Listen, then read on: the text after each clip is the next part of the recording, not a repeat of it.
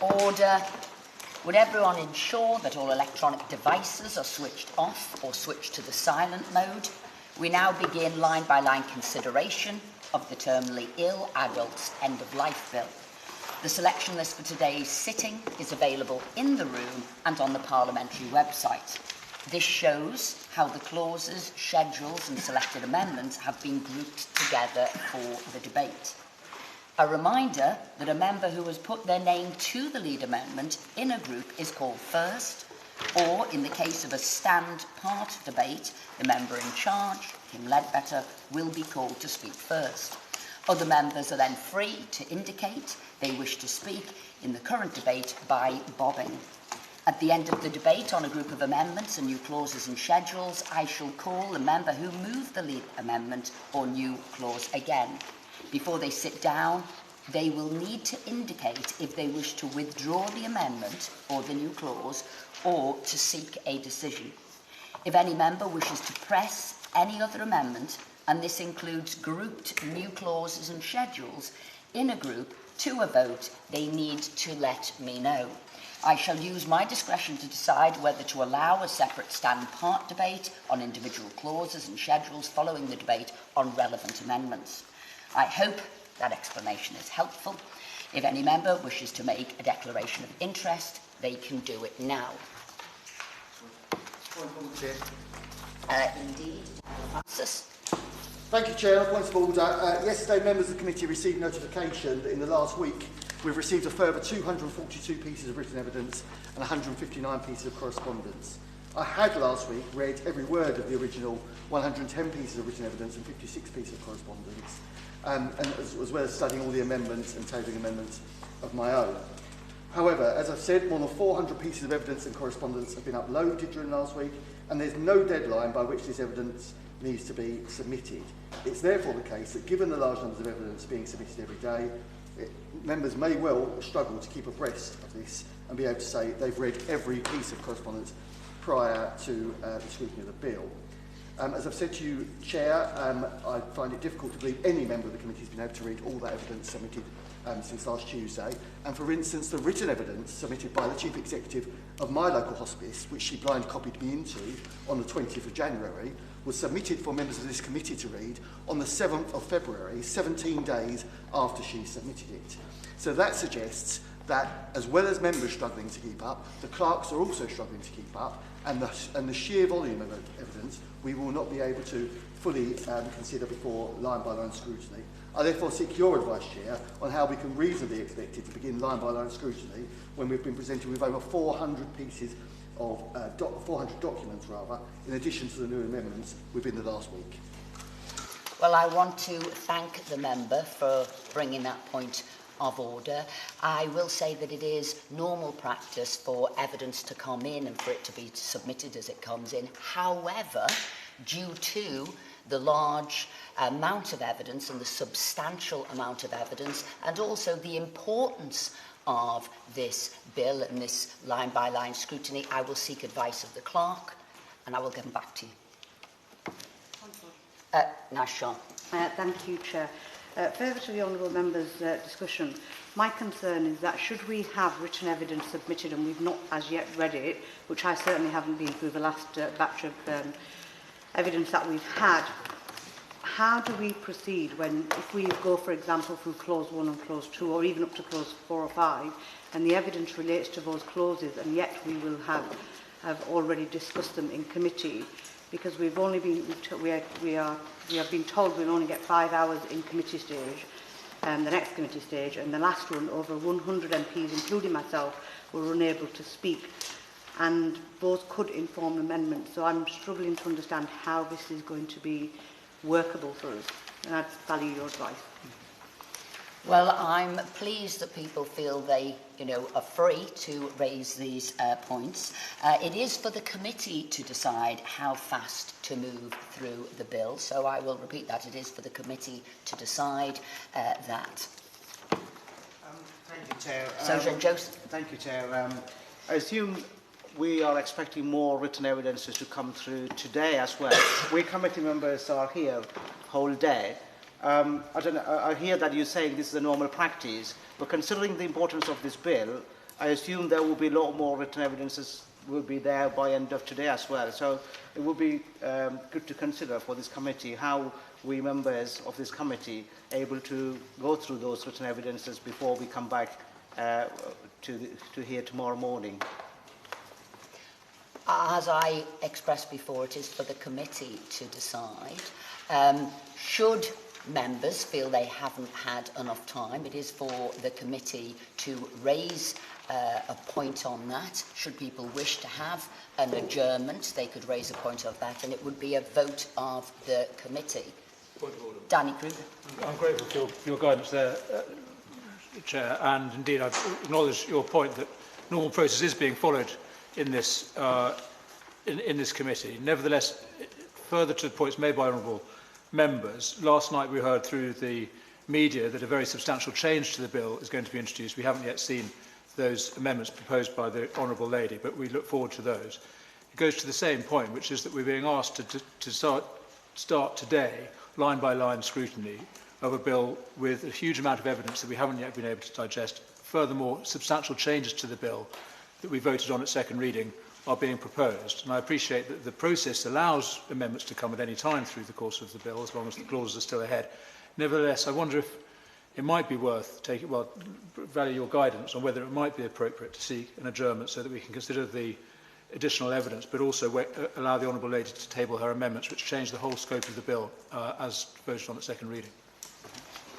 Thank you for your point raised. As I said, the committee would have to move for an adjournment. It would then be voted on, but these are significant points of concern and alteration for the bill, but that is for the committee to decide. Sean Woodcock. Thank you, Chair. My point of concern is very similar to the one just raised, really, about the fact that at second reading a key plank of this bill proposed was about the role of the High Court judges. Now, we're aware of an amendment coming via the move of the bill to remove that completely and change it with something else. But I would suggest that a lot of the evidence that we've seen, including the new stuff that has been raised by my colleague here, is in line on the expectation of that High Court judge and the role of the High Court judge. It's not on this new amendment. So I would suggest that we are missing vital perspectives on the way that this newly proposed amendment and the bill going forward would work in light of that. So that would be my redundancy. Well, it's important that everybody has got their point on the record and that they have said and raised their concerns. One final point of order, I think it was Kit Malthouse. I'm grateful. Just on a couple of points. I mean, first of all, it's worth saying that the amendments proposed by the bill sponsor are in response to evidence that has been heard by this committee, oral and indeed written, and certainly the bill committees that I've been on have had repeated information coming in as the bill has evolved. That's a natural process. But it's worth also pointing out to members that the bill committee is not the end of the process, and written evidence that will arrive throughout the process will be pertinent for report stage. When the whole House will have that information available, and members of the committee can then lead the debate and reflect on information or written evidence that has emerged even after committee stage, once the completed bill from this process is seen. So it's perfectly possible for this to evolve as we get to report stage and third reading in the light of evidence that arrives. And that's the normal process through which all legislation goes. Kim Ledbetter. Thank you, Chair. And just on that point, and I take on board people's comments, and there's no two ways about it, this is a considerable amount of work for members of the Bill Committee to undertake. But as has been alluded to, there are a wide range of amendments being proposed. And that is the job of the committee, is to take evidence, look at those amendments, discuss them, debate them, and then vote accordingly. And that is the process that we're all here to undertake. We start with Amendment 178 to Clause 1, in the name of Kim Ledbetter, with which it will be convenient to consider Amendments 179, 180, 182 and 193. I call Kim Ledbetter. Thank you, Chair. And it's a great pleasure to serve under you for this very important stage in the consideration and detailed scrutiny of this bill. We're discussing assisted dying for terminally ill adults who have a clear, settled and informed wish to end their own life and who have not been subjected to coercion or pressure from anybody else to do so. These are very serious matters and deserve serious consideration. which is why I was determined that this bill should have an unprecedented level of scrutiny. We've heard from a range of over 50 witnesses with differing views on the bill and have received written evidence from many, many more. I'm grateful to everyone who has contributed in such a thoughtful and constructive way.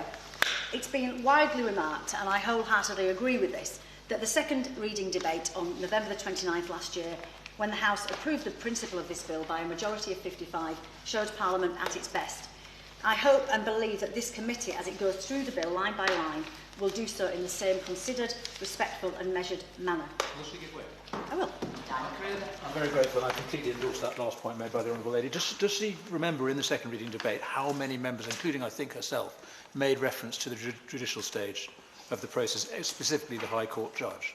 There were over 60 colleagues who have stated on the record that they voted for the bill at second reading because of that safeguard. Does she acknowledge that point? I do acknowledge that point, and absolutely, as I've acknowledged, the role of the judiciary, the role of High Court judge is really important in this process, and that role will remain with the proposed amendment that I've put forward. But it will also do is take account of the very, very clear evidence we received during the oral evidence sessions from psychiatrists, from social workers, from other professionals who feel that they have an important role to play in this process. And indeed, I heard him saying he agreed with that on the radio this morning.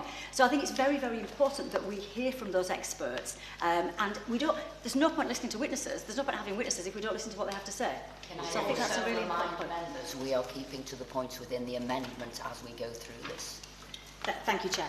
And I hope and I believe that this committee will take that very same considered, respectful approach. We've been asked by the House to look at where the bill can be improved and amended so that Parliament can be presented with a piece of legislation that is robust and workable in order to meet the objectives it is designed to achieve.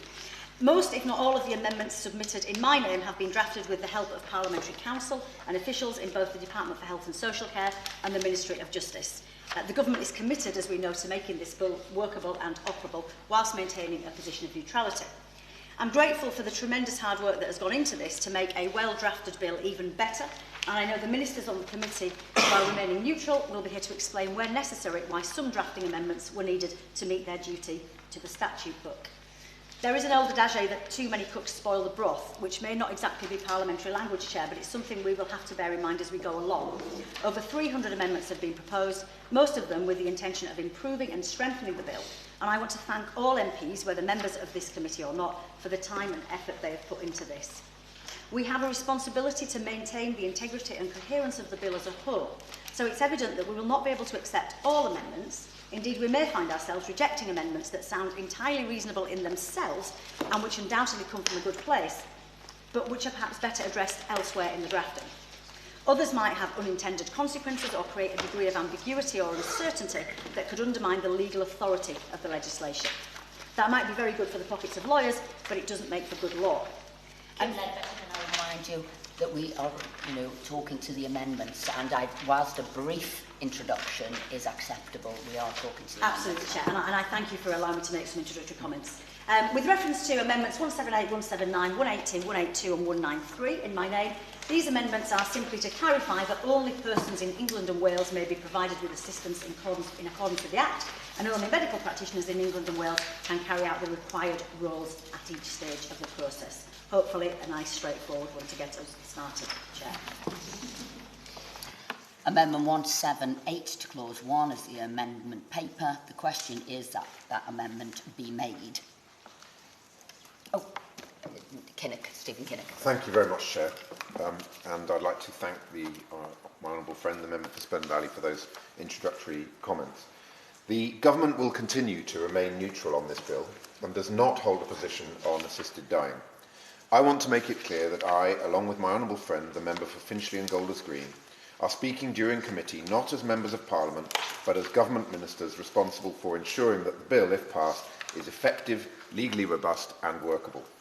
To that end, we've been working closely with the member for Spen Valley, and where changes have been mutually agreed upon by herself and the government, we will offer a technical, factual explanation for these amendments. Therefore, I will not be offering up a government view on the merits of any proposed changes put forward by other members, but I will be making brief remarks on an amendment's legal and practical impact to assist members in undertaking line-by-line scrutiny. The series of amendments that we are now debating has been tabled by the member for Spen Valley in consultation with the government. I will give way. Rebecca Hall. Can I just ask how this interacts with voting on the basis of what you've just said? You've just set out clearly your involvement in this committee. So how does that impact any votes that you will take part in during this committee? I thank her for that intervention. So I am on this committee as a Member of Parliament, and I vote as a Member of Parliament. When I speak on this committee, I speak as a government minister in order to provide factual and technical explanations. So, and as this bill is a matter of conscience, I'll be voting with my conscience on all of the amendments as they come forward. So I will.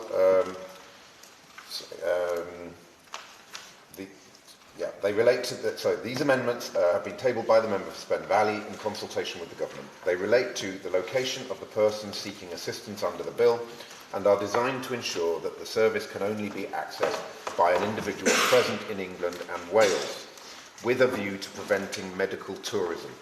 I will take the amendments in turn. Amendments 178 and 193 ensure that only a terminally ill person in England or Wales may be provided with assistance in accordance with the bill.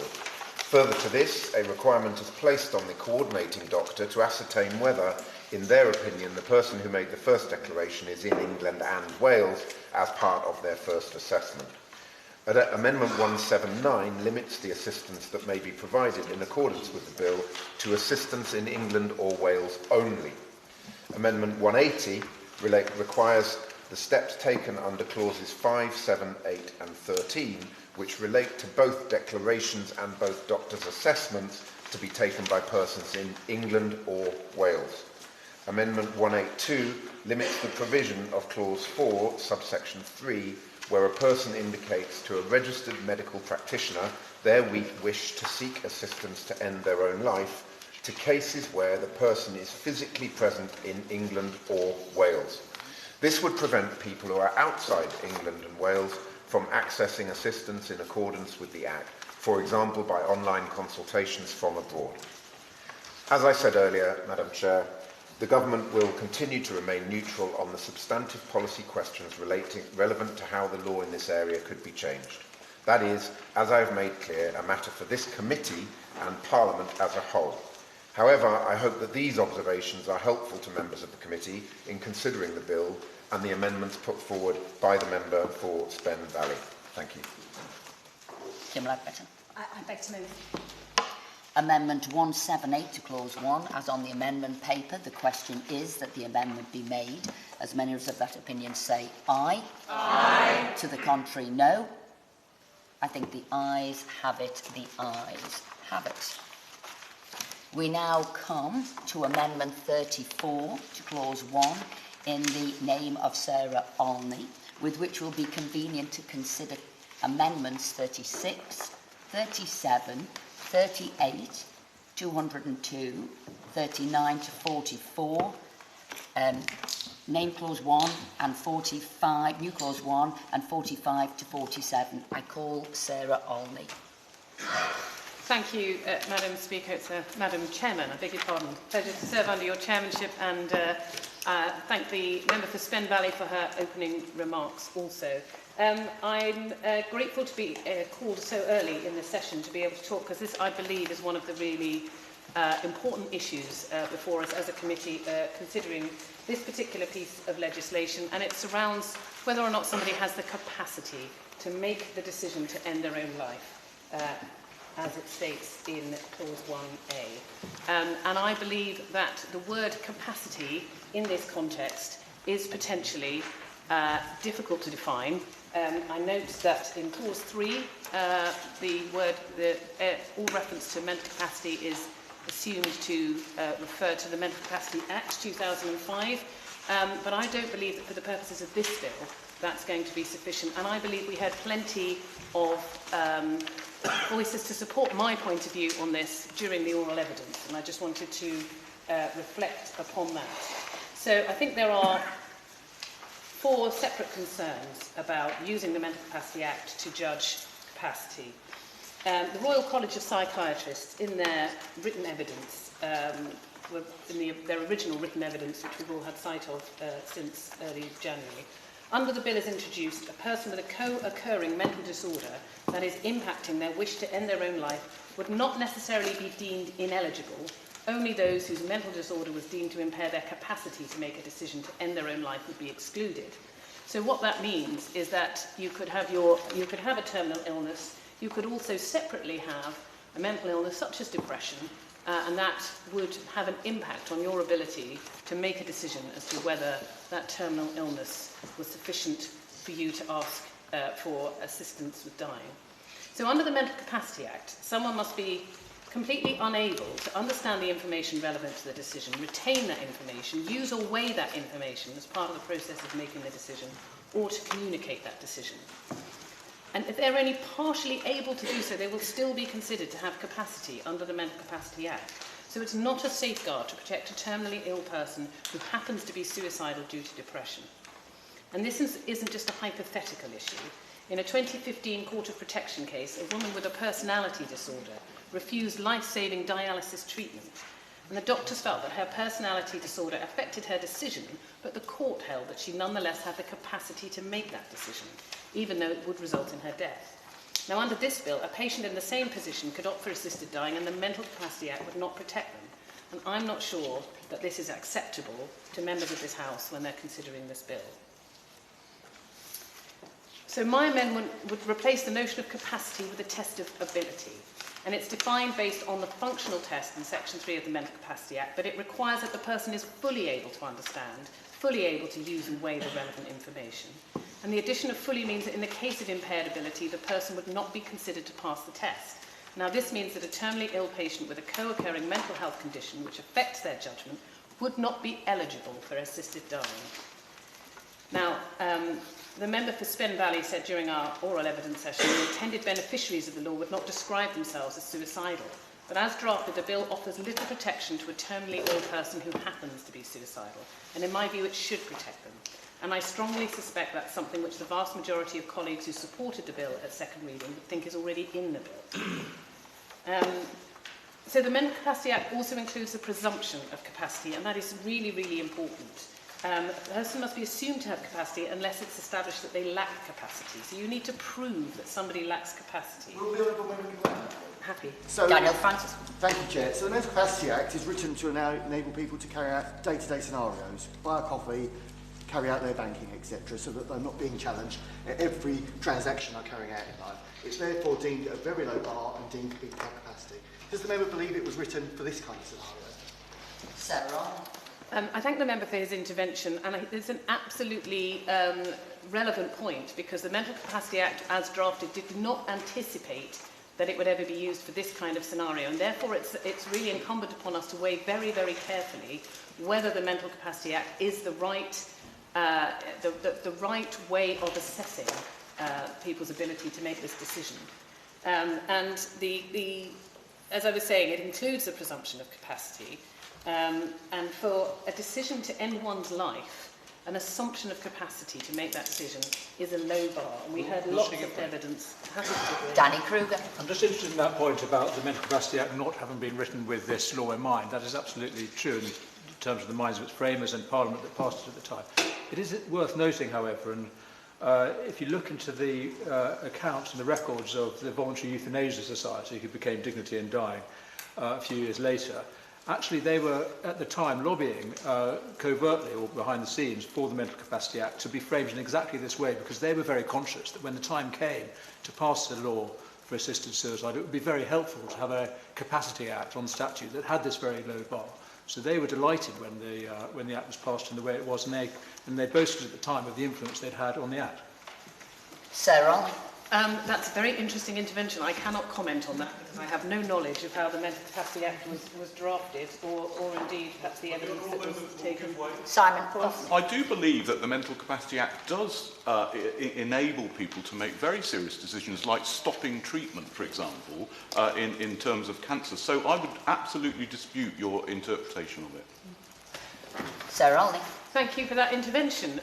But you put your finger on the exact point. It is used for people to make a decision about whether or not they want to continue treatment. It has not been used before in such a capacity as in this particular way, and it wasn't intended to be used for this particular purpose.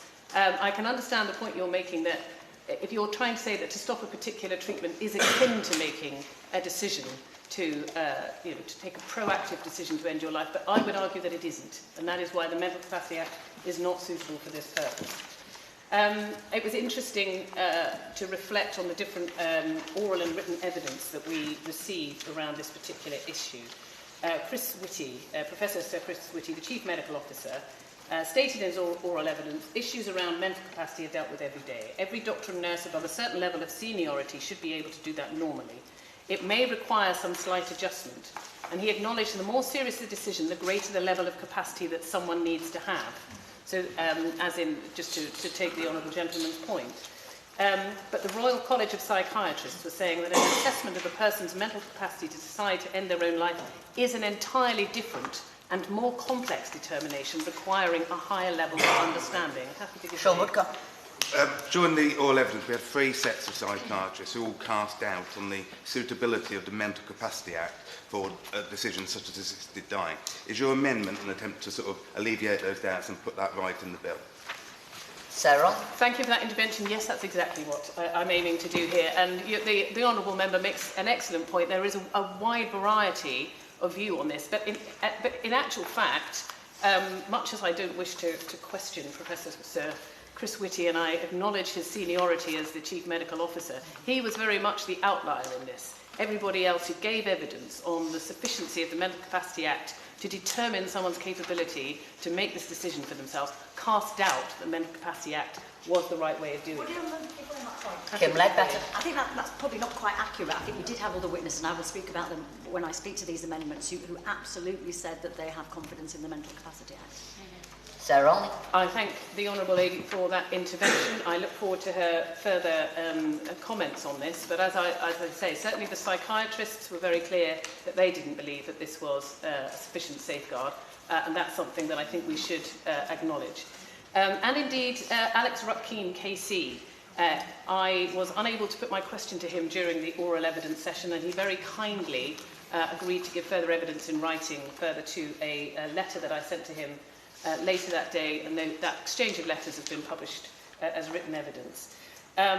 It was his position that, in actual fact, Professor Sir Chris Whitty misinterpreted the Mental Capacity Act when he gave evidence. There is no such requirement in the Mental Capacity Act to say that the more serious decision, the greater the level of capacity that someone needs to have. Mr. Rutkin's view is that that was the common law prior to the Mental Capacity Act coming into force, whereas in actual fact, the Mental Capacity Act does not require that the more serious the decision, the more capacity they need to be judged to have. Happy. I'm very sympathetic to the problem that you've identified in terms of people who have a terminal illness but potentially have other mental health conditions. But instead of rewriting the Mental Capacity Act for this new context, would it not be better to secure safeguards through Clause 9, where further assessments are going to be mandated potentially when the amendment from the member from St Albans is put forward, for those where there is a doubt as to capacity, adding a further safeguard rather than rewriting very established Mental Capacity Act legislation and case law? Sarah? I thank the member for his intervention. I have no intention of rewriting the Mental Capacity Act. That should stand exactly as it is and be used for the purpose for which it is intended. That is not the intention of my amendment here. Or my amendment here merely proposes that we should be assessing people's ability to make the decision and not just their capacity. And I believe that many different providers of evidence demonstrated that merely testing somebody's capacity to make a decision is not sufficient in this case. Happy to give Dr. Simon. I think we also heard from the evidence that if we make this more complicated and introduce more terms into the bill, then it will be less safeguarding for patients. And that's, I think, why we're all here. We're trying to make this bill safe for patients who are seeking assisted dying. I think changing it from the Mental Capacity Act will make it less safe. Sarah? I thank the Honourable Gentleman for his intervention. I heard particularly Professor Sir Chris Whitty say that he believed that a more straightforward bill that didn't have too many bureaucratic hurdles for people to overcome would be preferable, and that was why he was keen for the Mental Capacity Act to be retained. However, it is precisely because I don't think it is safe for people to be judged merely on the basis of their capacity, whether assisted dying is an appropriate decision for them, that I am proposing this amendment. So it is by no means my intention to increase bureaucracy around this. I am merely proposing that the Mental Capacity Act is not sufficient in this case. Thank you, Chair.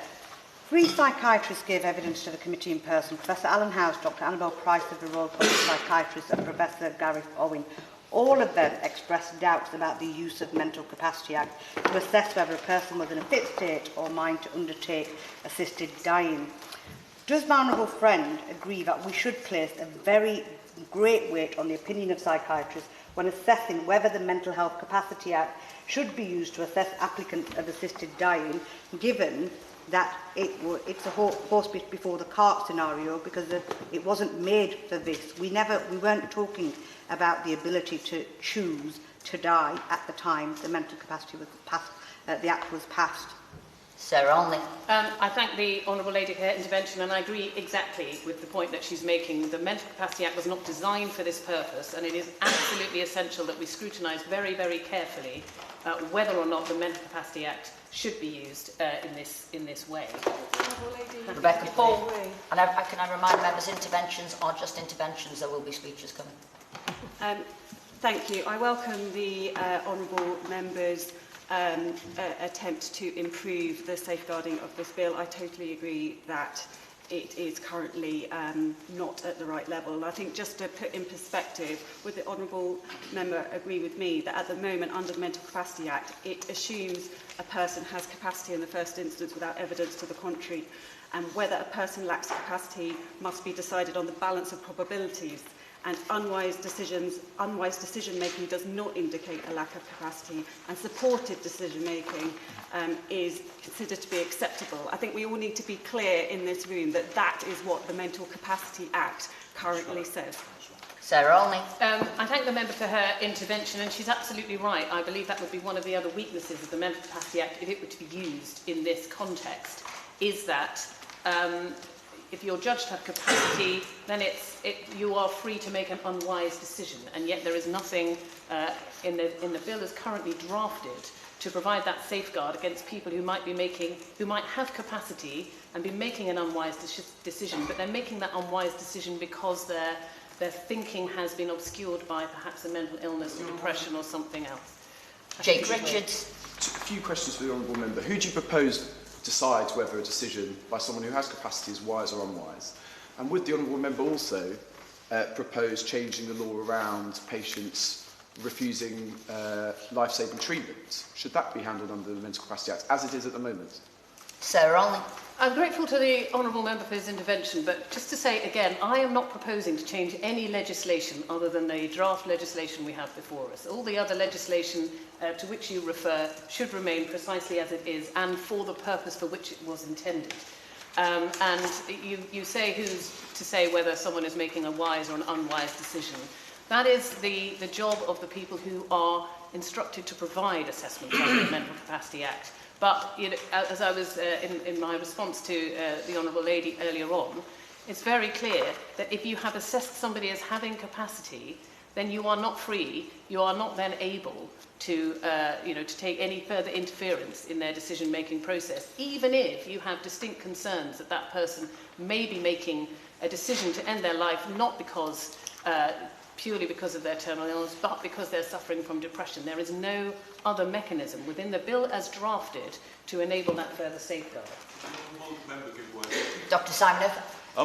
I use the Mental Capacity Act almost every week in my work, and as Chris Whitty said, the majority of cases it's very clear whether someone has capacity or doesn't have capacity. It's a sort of very clear and not disputable. There are some narrow proportion of people where it's more difficult to decide, and I think this bill takes a portion of that by using a panel to decide on those difficult cases of capacity, but most of them are very straightforward, I would insist.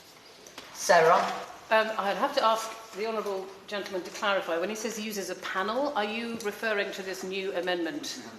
proposed that I haven't seen yet and can't comment on and have no idea if it's going to be adopted. Can I come back, Dr. Chair? Simon Oakham. What I would say is that we're building in, we need to build in a way of, if we're not sure about capacity, we must refer to psychiatry to make a more detailed assessment of that from a specialist organisation. However, most people do not fit into that category. Most people clearly haven't got capacity or have got capacity, so it's a very narrow cohort. Thank you. Sir Ron.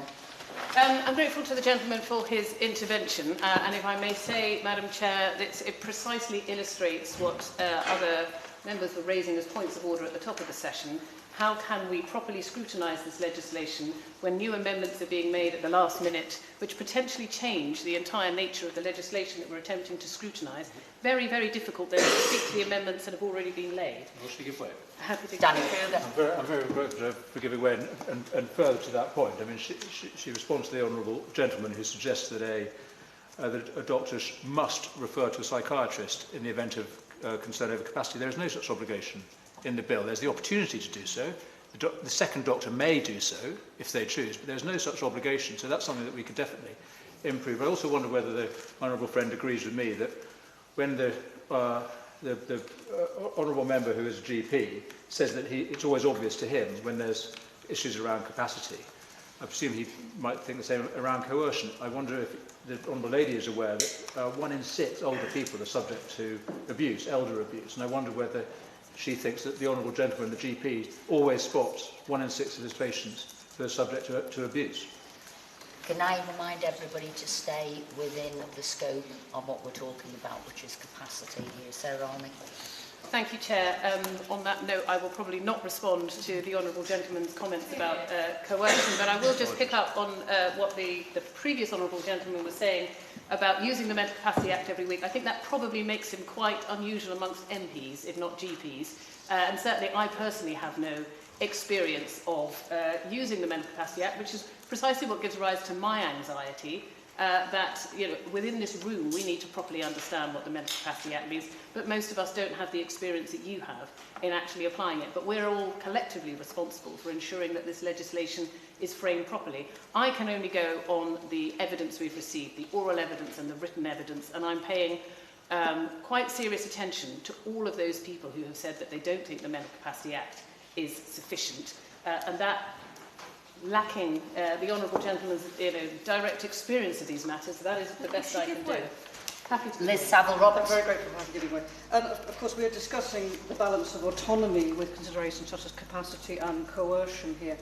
And we did hear the Mental Capacity Act of 2005 has been in existence for 20 years and has the advantage of being familiar. But would she agree that if we were to bring in clinical views from different professions, such as doctors, alongside social workers and psychiatrists, that we would have those different definitions in place that would address some of the concerns about different applications? Sarah. I thank the Honourable Lady for her intervention, and it's, I think, an extremely wise observation. I regret enormously that there wasn't more opportunity before this legislation was drafted to have had these discussions between experts, between advisors, between people who really know what the Mental Capacity Act means and whether it's sufficient for this purpose. The best we can do now is reflect upon the evidence we've received. But in many ways, that's what I'm hoping to address with my amendment, that we can redefine capacity as ability and then transfer the responsibility for defining how ability should be assessed under this Act to the Secretary of State for further analysis, further consultation, and then for that to be laid out properly. I'd like to make a bit of progress. What we want to take into account when we are assessing people's ability to make this decision is their ability to understand, to retain, to use and weigh information, and to communicate the decision. That will still be at the heart of an assessment of whether an individual is making this decision for the right reasons. But there's a whole range of things that might affect people's ability to take the decision. There are mental disorders, as I've mentioned many times, such as depression, which is more common in people who are nearing the end of their life. Delirium, that needs to be assessed. and that obviously is common in people with advanced illnesses. The complexity for people who've got a physical terminal illness alongside a mental disorder. I think particularly of people suffering perhaps from an eating disorder, because that's obviously primarily a mental health condition, but clearly it has physical health implications. And if the mental health condition is not treated or is resistant to treatment, then obviously the physical manifestation of the eating disorder can very quickly then become a terminal illness. And that is a really, really important point that we need to reflect upon. The feelings of hopelessness that may come alongside a diagnosis of terminal illness may affect a person's ability to weigh information. Anxiety can amplify their fears of future suffering, and types and doses of medication can impact capacity.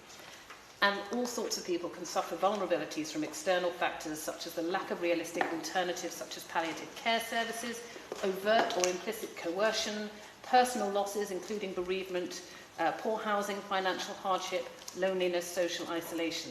So understanding and responding to those vulnerabilities is at the centre of suicide prevention, but are absent within this bill. So we have to remember this bill would apply to people who are said to be within months of death, but may not be, those who may die within months but otherwise have a very good quality of life, and people whose trajectories to death vary greatly. Professor Alan House, in his written evidence, stated, careful inquiry is justified because a statement about wanting to end one's life cannot be simply taken as the result of a straightforward, rational decision to choose one type of end-of-life care over others. Simply checking mental capacity and asking about coercion is not adequate. Will the honourable member give way? Tom Gordon. Thank you very much to the honourable member for giving way.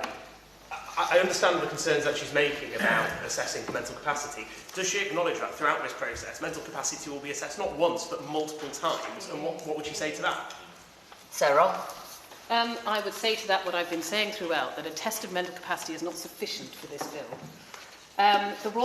For example, the Royal College of Psychiatrists stated that the Mental Capacity Act is not sufficient for the purposes of this bill. Extensive consideration needs to be given to what an assessment of mental capacity should consist of for decisions relating to assisted dying or assisted suicide. And indeed, whether a determination through such an assessment can be reliably arrived at in this novel context. And I believe by novel context what they mean there is that no legislation of this type has been framed before, and we don't have any precedent to guide us in terms of what an appropriate consideration of capacity might be. Happy to give way. I do apologise, Honourable Lady, for keeping interrupting her, but there are some important points I'd like to put across. And at present, in our medical system, the Mental Capacity Act is used to test capacity in cases of withdrawing life support. So would not you agree that that is on the same level as assisted dying? Sarah? I have a suspicion in his many interventions, he may have made that point already, and what I would say is that withdrawing treatment is not the same as making an informed wish to have your death assisted. And I think that is why we need to be very, very careful about considering whether the Mental Capacity Act is appropriate for that kind of decision. So just in conclusion, the Mental Capacity Act is being used in a way that it was not designed for. Using this definition of capacity is to accept the premise that this is just like any other treatment option and not qualitatively different, and fails to recognise the complexity and gravity of the decision.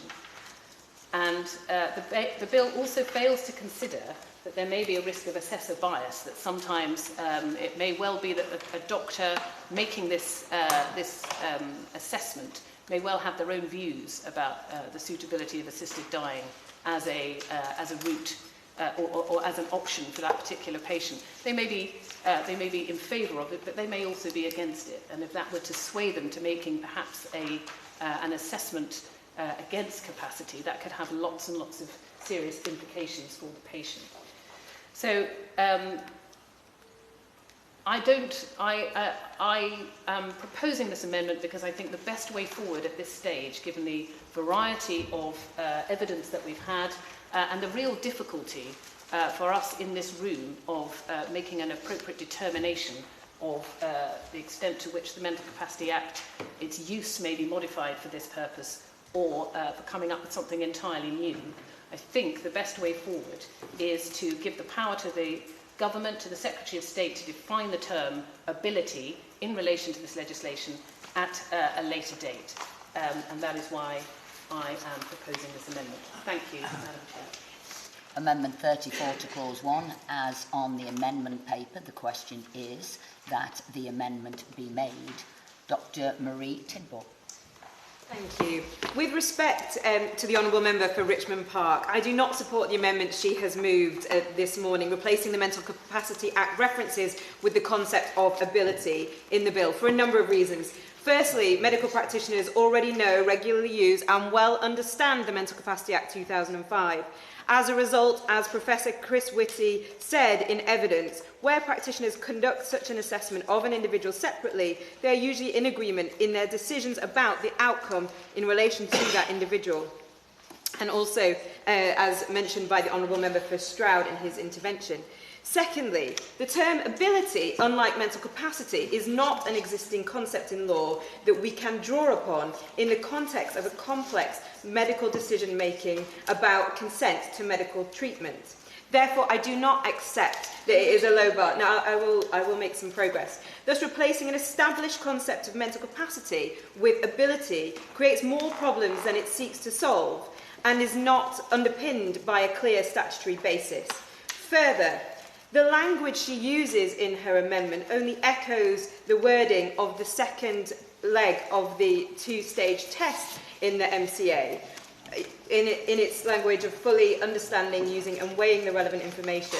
It does not, however, have the scaffolding and the clarity of the 5 principles set out in the Mental Capacity Act, and is a pale imitation of that second stage test of capacity, which is already in Section 3 of the MCA.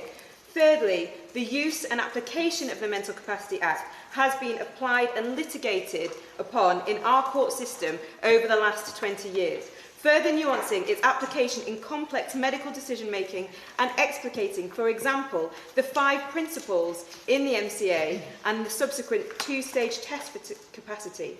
And contrary to what colleagues on the opposite bench have said already, it is used in cases where treatment is withdrawn. And it's important to understand that in those circumstances, such withdrawal is not seen as an omission, it is seen as a deliberate act, therefore is analogous to the usage in the bill as proposed. Fourthly, I have very deep concerns that the use of the term ability and the concept expounded in New Clause 1 imports an ableist approach, which I do not welcome as someone who has worked in disability rights and policy for over a decade and a half. Turning to my first argument about the familiarity and usage of the Mental Capacity Act by medical practitioners. Clinicians and the wider social care profession for 2 decades, and this is also something that many family members will be familiar with and used to using as part of the wider care of people with learning disabilities, autism and mental health problems. So the boundaries of those who are familiar with this concept goes well beyond the walls of only medical practitioners. During the oral evidence sessions, Professor Chris Whitty, Chief Medical Officer, stated, and I quote, that the Mental Capacity Act is used up and down the country by doctors and nurses every day. They know it and they understand it. Although it is a large piece of legislation, it is one that people have worked through in practice multiple times. If you ask 6 or 7 doctors, does this person have capacity? In almost all cases, you will get 6 or 7 identical answers because people are used to using it. To unleash the tiger of an unknown and untested concept of ability into a bill which would benefit better from the well-understood, measured and principled approach of the Mental Capacity Act 2005 does not best serve the patients that I know the Honourable Lady is seeking so carefully to protect. Therefore, it is worth laying out the paradigm which underpins the MCA and the principles it legislates for, and why, therefore, it is so important to retain this at the heart of the bill.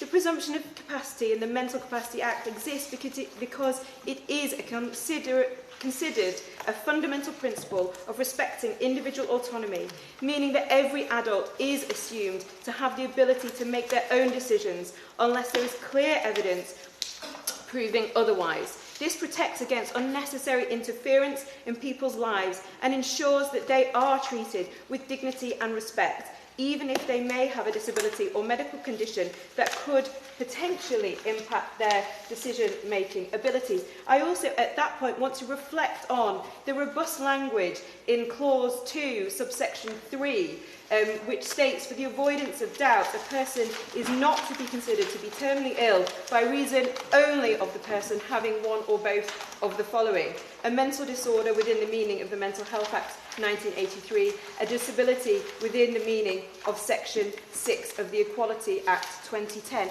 That provision, along with the tightly drawn limit on the need for the person's terminal illness to be leaving them with only 6 months left to live, and then the third stage of that test, but of it using the Mental Capacity Act to understand their decision-making, means that we have, to, across those three things, a very strong set of safeguards. Will she give way? I will give way to the Honourable Lady, who asked first of all. Sarah Olney.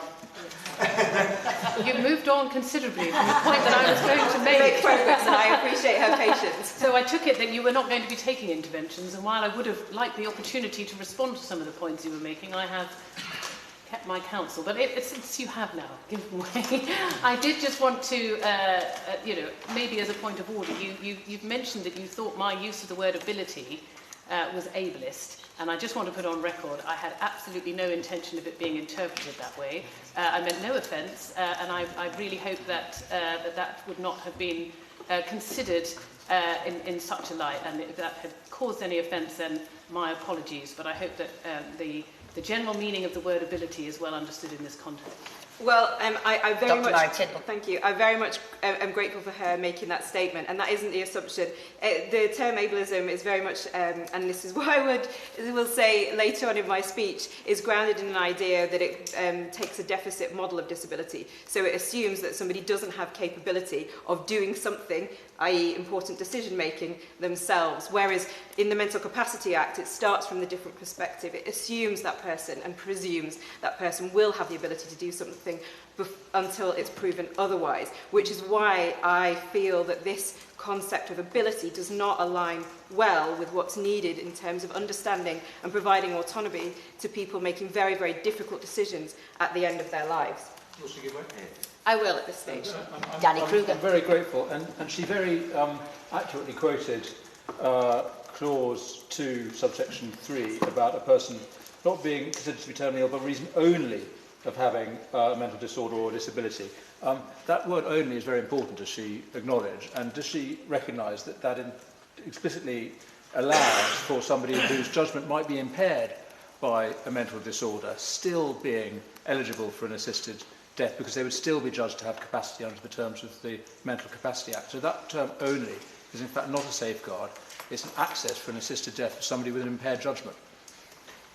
Dr. Maritin. Thank you. I thank the honourable gentleman, and no, I do not agree, though I appreciate his intervention. As I said, I think taking together the parameters around the 6 months, along with Clause 2, subsection 3, and the requirement to make a mental capacity test, acting together, creates a cumulative safeguard within the bill. And importantly, this comes to my next part of my speech, there are already robust safeguards which underpin the MCA in its two-stage test for capacity, which addresses exactly the issue he raises. So stage 1 is asking if there is a disturbance or impairment in the person's brain or mind. And stage 2 is the disturbance or impairment severe enough that the person can't make a specific decision. So that two-stage test already deals with the issue that the honourable gentleman raises. And just as I believe it is right that the capacity under the Mental Capacity Act is imported in the relevant clauses under the bill before us today, crucially doing so, as I've suggested already, ensures we import this test too.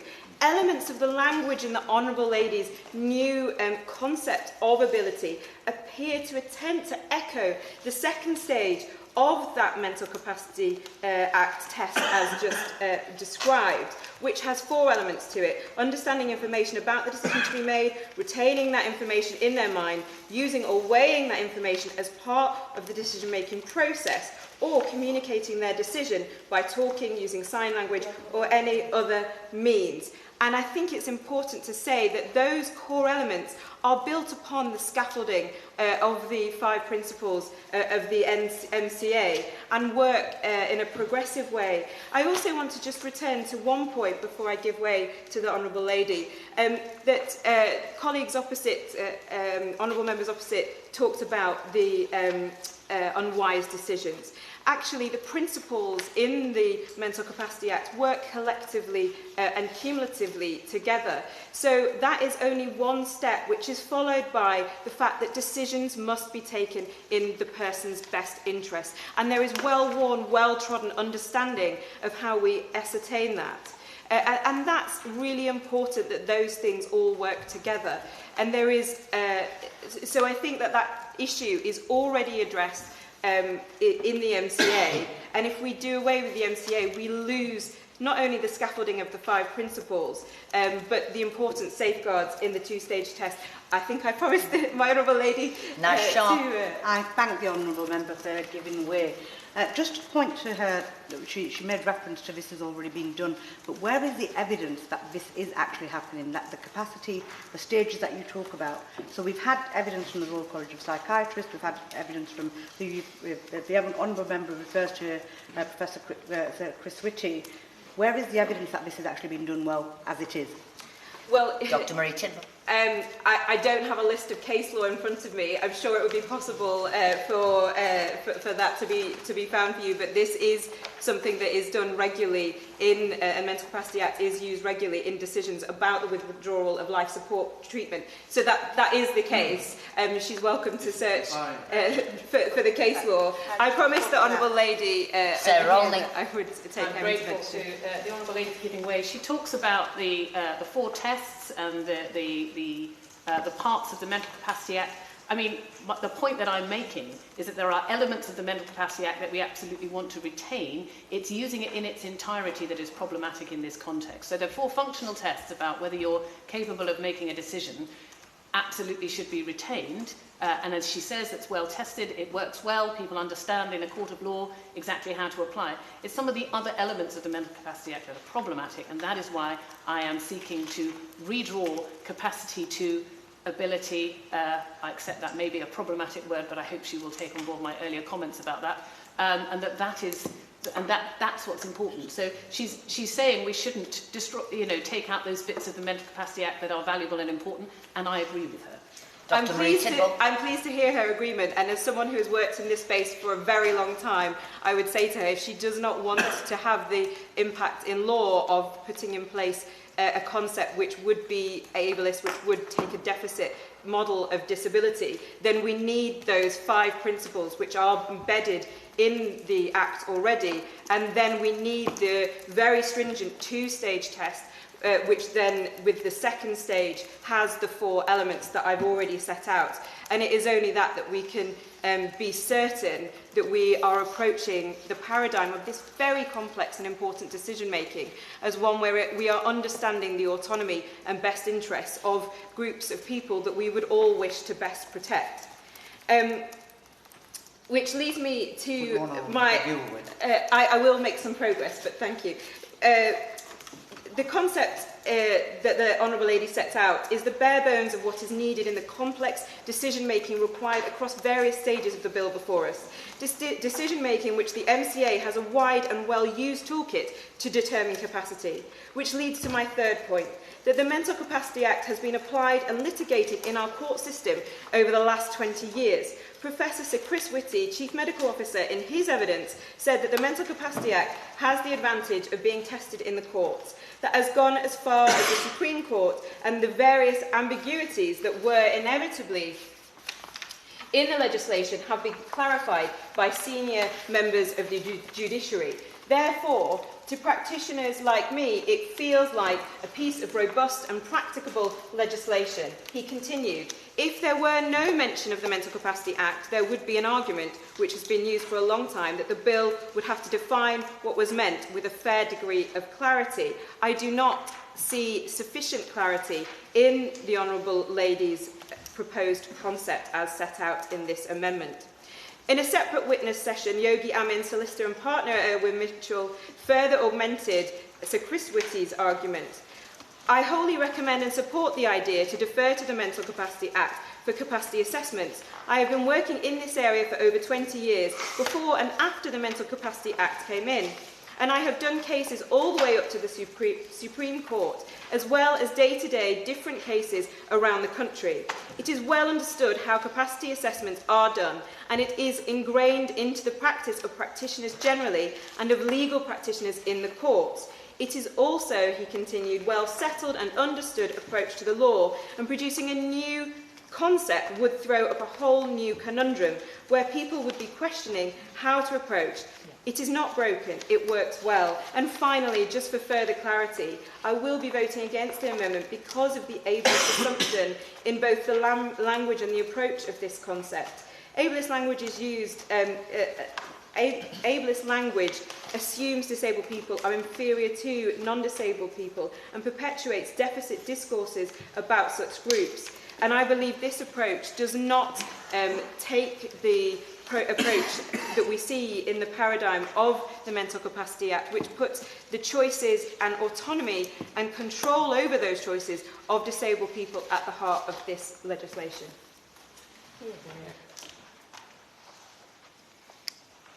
I'll go to Dr. Neil Shastri-Hurst. Thank you very much, Chair. I'd like to thank the Honourable Lady for Richmond Park for tabling these amendments. I fundamentally don't agree with them, but I'm grateful because I think she brought them with good intentions. And I do understand the concerns that she's raised, and she makes an eloquent argument for the case. But as I say, I do fundamentally disagree with them. These amendments would, in my view, only serve to abandon what is already a well-established principles as codified within the Mental Capacity Act, and introduce a degree of willingness and legal uncertainty by introducing a new term that is as yet undefined, and that would make the operability of this piece of legislation so much harder. To move away from the Mental Capacity Act that has a heritage of some 20 years or so, which is already well established in the use of advanced directives around organ transplantation, around withdrawal of treatment, around the decisions of major operations which can have life-changing or life-limiting consequences, is well established. And practitioners, I will give way. I'm very grateful. Danny Kruger. I'm grateful. He says that the term ability is not yet defined. Well, it's set out quite clearly in New Clause 1, which the Honourable Lady has tabled. And it's very simple. It just simply says that a person is considered to have the ability to make a decision if they can fully understand, use and weigh the relevant information. So it uses the language of the Mental Capacity Act about understanding and weighing information. The key distinction is that it doesn't allow for impaired judgment. It requires somebody to have to fully understand the information that's in front of them. That is very straightforward. I don't think that would be difficult to apply. Does he recognise that the terms are actually pretty clearly laid out? Dr. Neil Shastri-Hurst. I'm grateful for my honourable friend for that intervention, and as always he makes incisive points and he makes them clearly and concisely. I'm not going to agree with him on that point. This is a short clause which is dealing with a hugely complicated issue, which is presently codified within the Mental Capacity Act, which runs to some 183 or so pages. So I don't think it's as simple as saying a new clause deals with that issue. Of course, there is the two-stage test as well, which determines both the functional ability to make that decision, but the issues around whether that decision is impaired in any way, shape or mean. So I think it would be an oversimplification to suggest that the amendment as drafted would deal with those issues in a satisfactory way that would not only provide confidence, most importantly, to those who are making a decision around an assisted death, but would also give confidence to medical practitioners who are part of that process and to the courts who will have to grapple with these issues which would inevitably arise from a new definition. And we'll give way. Thank you very much. I'm grateful for the honourable member giving way.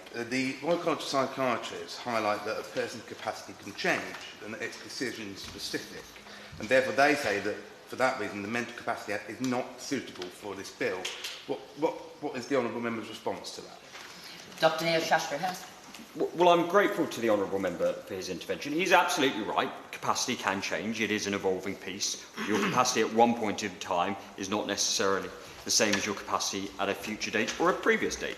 But that's the whole purpose of the bill as it's drafted, that there are a series of mechanisms in place which are assessing capacity as you go through in order to ensure that this is a robust decision-making process. But I'd also mention that in the Mental Capacity Act as it's drafted, it allows the capability of individuals to make an advance directive. So where they have capacity at a point in time to make a decision for a future date, that infers capacity at that future date for that decision. So we acknowledge that within this piece of legislation from 2005. I will give way. I'm very grateful to my honourable friend, and I have to confess myself a little bit confused by the evidence that the honourable gentleman refers to, because perhaps he could confirm it's perfectly possible for me to be diagnosed with a terminal disease and make an advance directive that may apply in 3 months' time,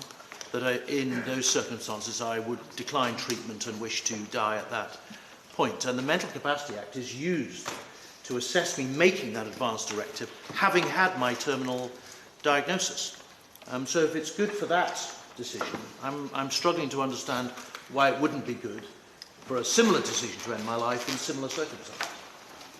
Dr. Neil Shastri-Hurst. Well, as always, my honourable friend makes a very good point, because, of course, the Mental Capacity Act does allow for advance directives on a whole variety of choices, whether that's withdrawal of treatment, whether it's decisions around care or financial elements, whether it's decisions around having treatment as opposed to not having treatment. So, absolutely, it creates that ability, and it is deemed robust enough for those purposes. I therefore say it must follow from that it is robust enough for the purposes of the act the bill that has been put forward. I'm aware that the honourable member wishes to.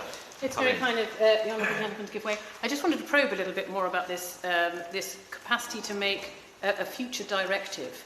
Are you saying that, in the terms of the bill before us as it is drafted and its reference to the Mental Capacity Act, it would be possible for somebody to say, at some future point, I may not be eligible now, I may not even be suffering from a terminal illness now, but at some future point, because I have capacity today to make that decision, I should like to choose assisted dying, and for that decision to then be honoured at that future date without any further intervention or assessment? Dr. Neil Shastri-Hurst. Well, the honourable member makes an interesting point, and one that I have considered and in fact tabled a new clause on addressing that particular issue, which is not to be dealt with in this particular grouping, but I will just touch on it if I may.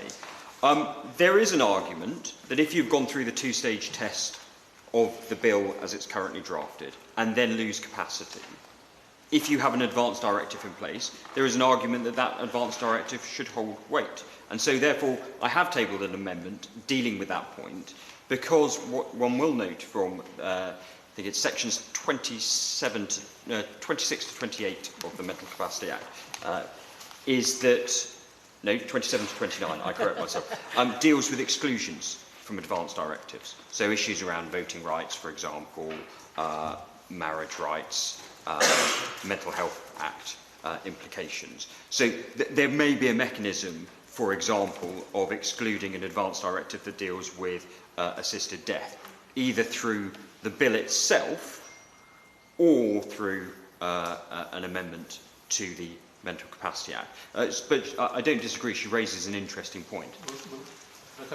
Danny Cruden. I'm very grateful. Just to clarify then, is he acknowledging, and I think my honourable friend for North West Hampshire is making the same point, is he suggesting that it's inappropriate, which I think his amendment makes this clear, for an advance directive to authorise an assisted death, whereas the Mental Capacity Act authorises somebody to decline treatment at a future point? He's acknowledging there is a difference in these two principles, in these two cases, between the principle of declining treatment and the principle of requesting an assisted death. I don't imagine that the honourable gentleman, because of his amendment, actually does think that we should have advance directives that authorise an assisted death. If he acknowledges that, he recognises there is a distinction between declining treatment and requesting an assisted death. Dr. Neil Shastri-Hurst. my honourable friend makes a valid point. And I do have concerns about public confidence in the bill if there isn't that additional safeguard, given that this is such a consequential decision. But of course, any advance directive would be predicated upon having those two stages first before losing capacity. But I just felt on this occasion it needed that additional tightening for confidence of the public to know that this is a robust process that has gone through. If I can make some way. So as I say, the MCA as it stands is a tried and tested piece of legislation that is used by practitioners up and down the country. The Honourable Member for Stroud uses it every day in his practice. I have to say I possibly didn't, but I wasn't always consenting patients for surgery every day. But every time I did so, you did have those conversations, and there is a spectrum of where capacity lies. You know, if I am doing major abdominal surgery, for example, the level of capacity to make a decision on that is much greater than if I'm removing a small bump or lump on an arm, for example. So it is tried and tested by medical practitioners, but it's also, as the Honourable Member for Penistone and Stockbridge has said, been tested in the courts. It's been right up to the highest court in this land. It has been robustly tested, and it has been found to be a good piece of legislation. The risk that we face now is to replace it not only with a new legal concept, but an entirely different process for assessing the idea of capacity in this setting. And I say that whilst there may be good intentions to improve the system, that is only going to add, I say, to the folly of it and overcomplicate the issue. I can see my honourable friend. Kim, better. Sorry, it's taken me a while to find this in the bill, but just on the issue of the advance directive, which I think is a really interesting discussion, and I'm glad we're able to have it. Is he reassured that in clause 18 of the bill, subsection 4, it's very clear that actually on the day that assistance would be provided to a patient, the doctor has to once again assess capacity to make the decision to end their own life, and again has to check that it's a clear, settled and informed wish to end their own life, and indeed has to check everything again on the actual day, including capacity. So I believe that would negate the issue around advanced directive. Dr. Neil Shastri-Hurst. Well, I'm grateful to the Honourable Member. She makes a reasonable point, and I agree with her on many issues. On this, I have some reservations, and the reason for doing so is because what clause 18.4 says is the coordinating doctor must be satisfied at the time of the approved substance is provided that the person to whom it is provided has capacity, has a cleared, settled, informed wish to end their life. But of course, through the wording of section 26.1 of the Mental Capacity Act, that decision can be made at an earlier time and deemed to have currency once capacity has been lost for the enactment of that act at a future date. And therefore, I think there could be some minor tightening up of the wording there, or reassurances from government that may be able to alleviate that point. But I think it's an important point to air and raise. I'm going to give way to the Honourable Member. Before we proceed any further, we are discussing capacity and ability. Nasha. Thank you, Chair. I thank the Honourable Member for giving way. I'm just trying to understand what you're communicating. So if somebody has anorexia or diabetes or has kidney failure, and they then decide that they have the capacity in relation to the bill as it stands to make that decision, and then they decide because it meets the capacity for them to refuse treatment and they meet that criteria, does that mean to say they can then sign up to this option? Dr. Neil Shastri-Hurst. The bill is very clear in determining that it is for those who have a progressive illness, disease or medical condition which cannot be reversed by treatment.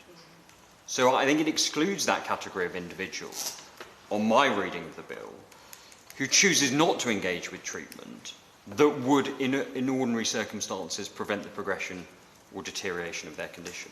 So I don't see it as analogous with the scenario that you put forward of somebody who could have a long life expectancy had they taken their treatment but chooses not to. I don't think that is captured within the bill under my interpretation. I will give way.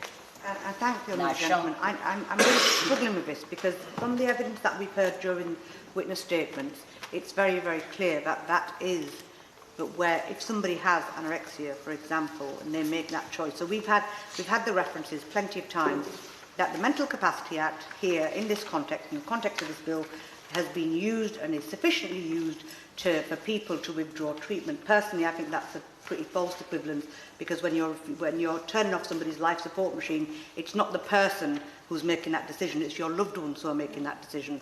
So it's not the actual person who's receiving that life-saving treatment, for example, on a life support machine.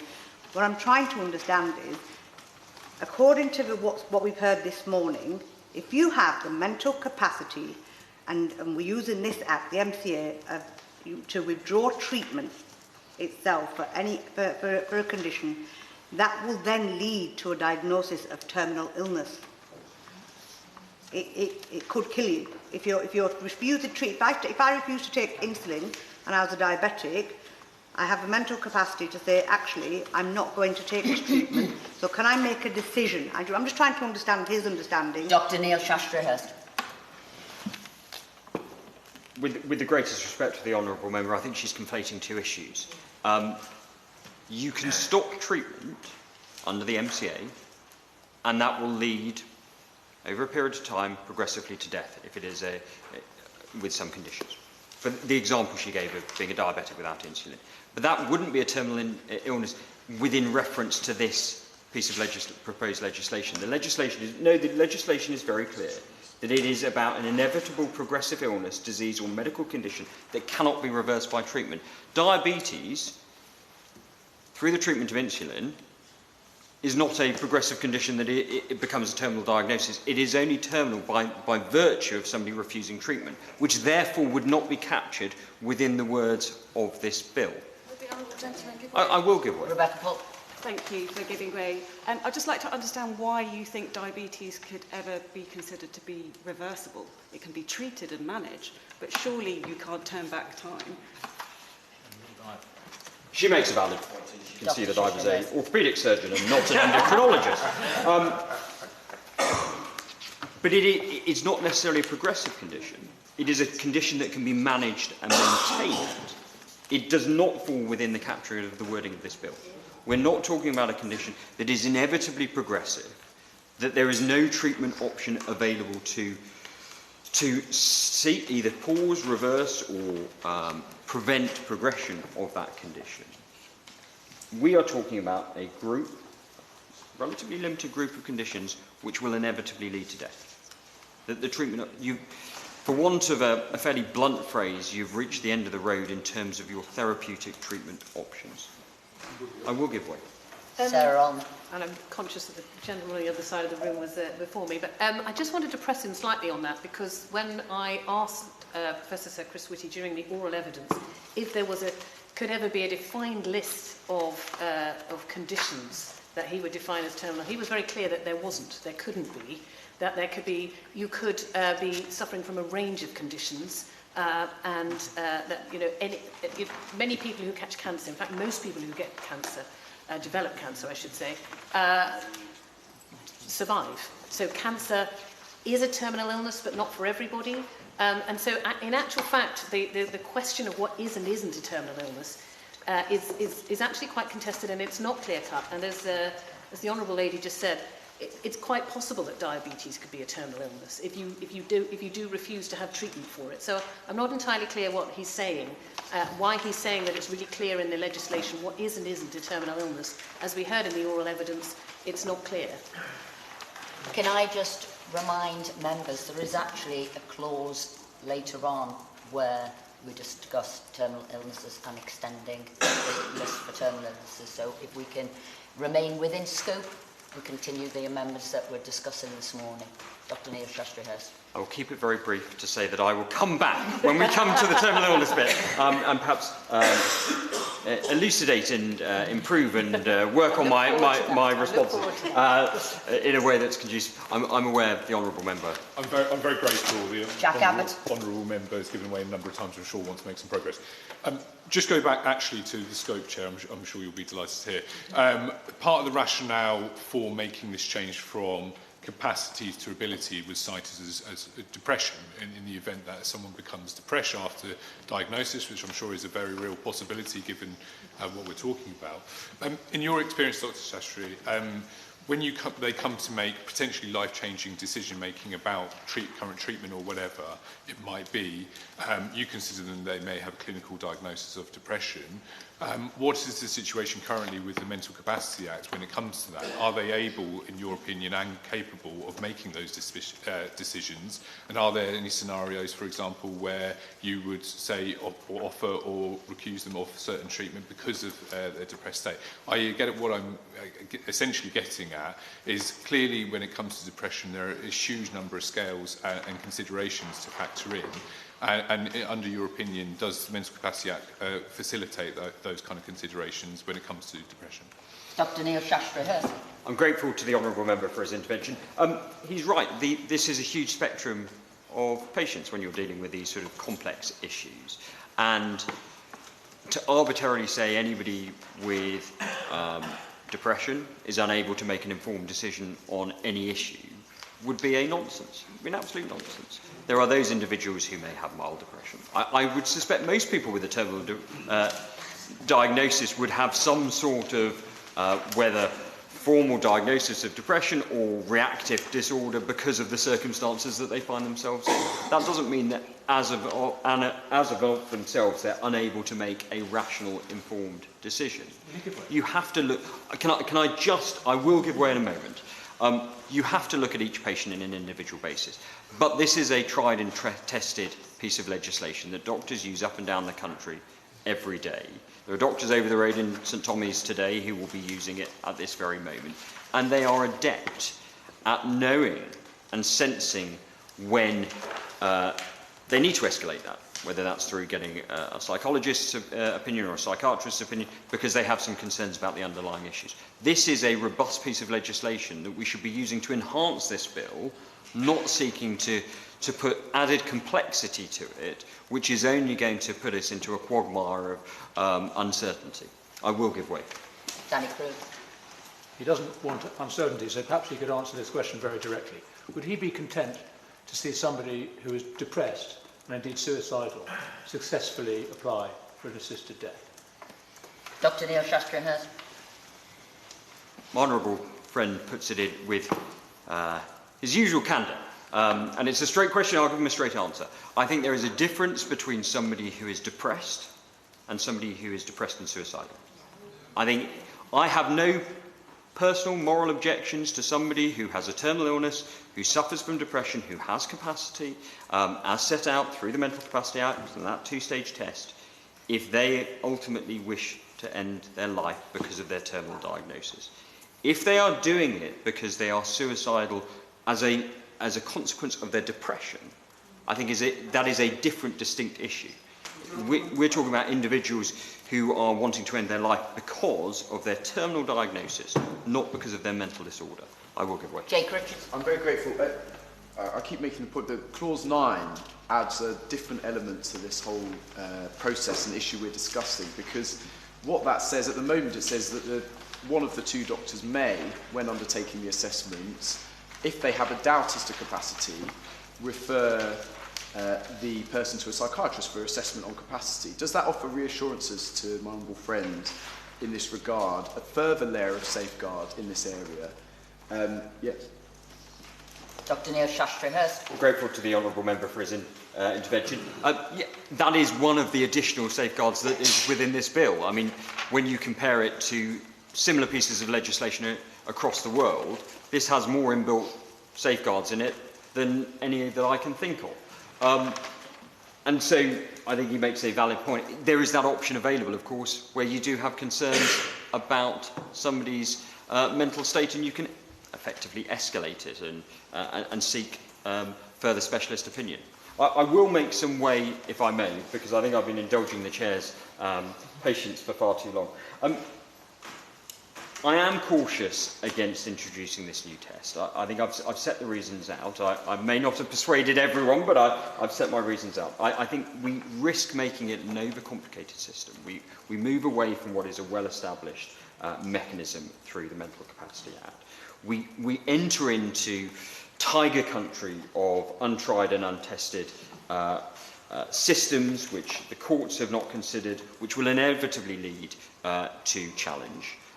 When there is no need to do so. There is no need to do so because you've got the robust mechanisms that are all in place. And I think that merely leads to ambiguity and potential complications. And this is not me reaching this conclusion in isolation. And of course, there will always be voices on different sides of the debate, and we can frame the evidence we've heard to favour one set of arguments over the other. But I am significantly persuaded by the Chief Medical Officer, given his wide experience, not just as a clinician, but as a public policy maker, in his evidence to this committee on the 28th of January. And I particularly note what he said was he's not clear to me what problem people are trying to solve by doing this. And by that he means by moving away from the Mental Capacity Act. He said, given that the Mental Capacity Act clearly makes the point that the more severe the decision, the greater the degree of capacity that has to be assumed before the person can actually make that decision. And it's that foundation that we build upon and is central to how it operates in practice. So, whilst I do understand the Honourable Member's position, and I do have a certain degree of sympathy with those who support these amendments, I would invite perhaps a period of reflection in the time we have left in this particular debate to think whether this actually achieves its stated aim. Does it make this bill better, or does it make this bill more complicated and convoluted? I say it makes it more convoluted.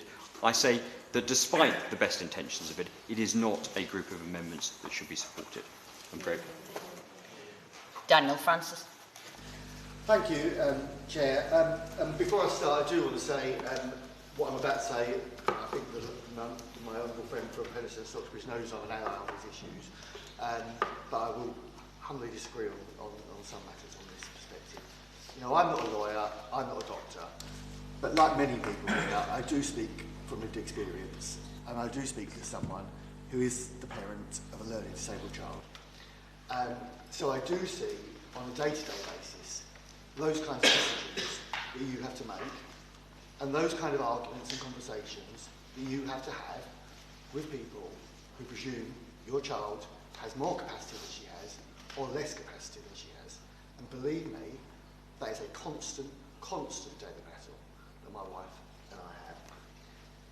You know, my daughter has 12 words, a severe sight impairment, which makes it very difficult for her to make some of her decisions, as well as other complexities, you know, predominantly her cerebral palsy, which caused her brain injury at birth. And therefore, in my own way, not being a lawyer, but not being a doctor, I have become, I would think, a bit of an expert about some of these capacity issues that you make on a day-by-day basis. You know, this morning, as I do most mornings, I read to her 3 choices for her breakfast. She then gives a little bit of time to think about that. I then repeat that, and we get yes or no for those 3 choices, and that's the choice that she makes.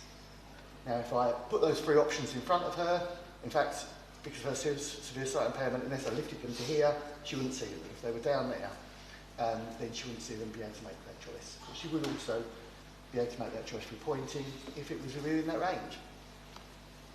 But I have doctors call my wife and I all the time, asking to have a conversation, despite having read the notes, with an 11-year-old with 12 words with a severe sight impairment. And therefore, I do query, and I will refer to some of your origins in a moment, how well acknowledged some aspects of the Mental Capacity Act are currently being carried out. And equally, I have people that believe at times she has a greater level of capacity than she does. I accept, and I've had this conversation with the member in charge on a number of occasions, that this legislation would not be eligible to my daughter. But we did hear in the evidence from NCAT that the vast majority of people with learning disabilities in this country are not in that position. They are making day-to-day lives. They are living in supported accommodation. They are making the kind of decisions we've discussed in this debate, buying a coffee, going to the bank, etc.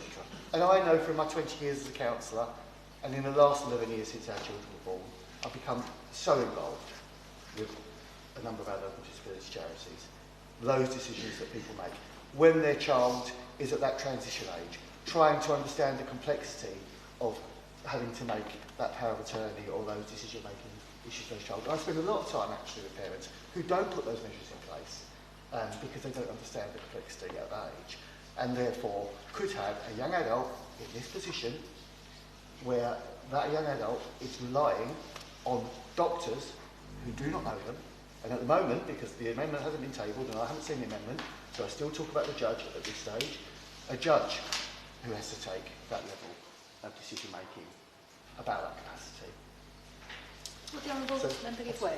Kim, I don't particularly have a question to ask the member, but I just want to pay testimony to him for the way that he has engaged so positively with the process of going through this bill, and to pay tribute to him for the very personal experience that he shared with the Bill Committee. And I want to reassure him that I will do everything I can to work with him, as I have done so far through this process, because his fears are real, and I hear those fears. And I think we've got a job to do through the bill to solve problems that exist for people who are dying, but what we don't want to do is create other problems, and I will be very happy to continue to work with him to make sure we address as much of that as we can through this bill committee. Daniel Francis. Thank the member in charge for her comments. You know, that's the conversation we had when she invited me to join this committee, and we'll continue to have those conversations, I'm sure, as those amendments come forward. But my concern is about some aspects of the Mental Capacity Act, and that it wasn't written for these scenarios. You know, the member for Richmond Park has talked about those particularly statutory principles within the Mental Capacity Act. But I'm not an expert, and I've got colleagues here, particularly the member behind me, who is more of an expert on some of these issues. But when you look at the Code of Practice, for instance, you know, there is, within the Code of Practice, there is no actual obligation to consult others, carers involved in people's life within the Mental Capacity Act. What it actually says is, if it's practical and appropriate to do so, consult other people for their views about the person's best interests.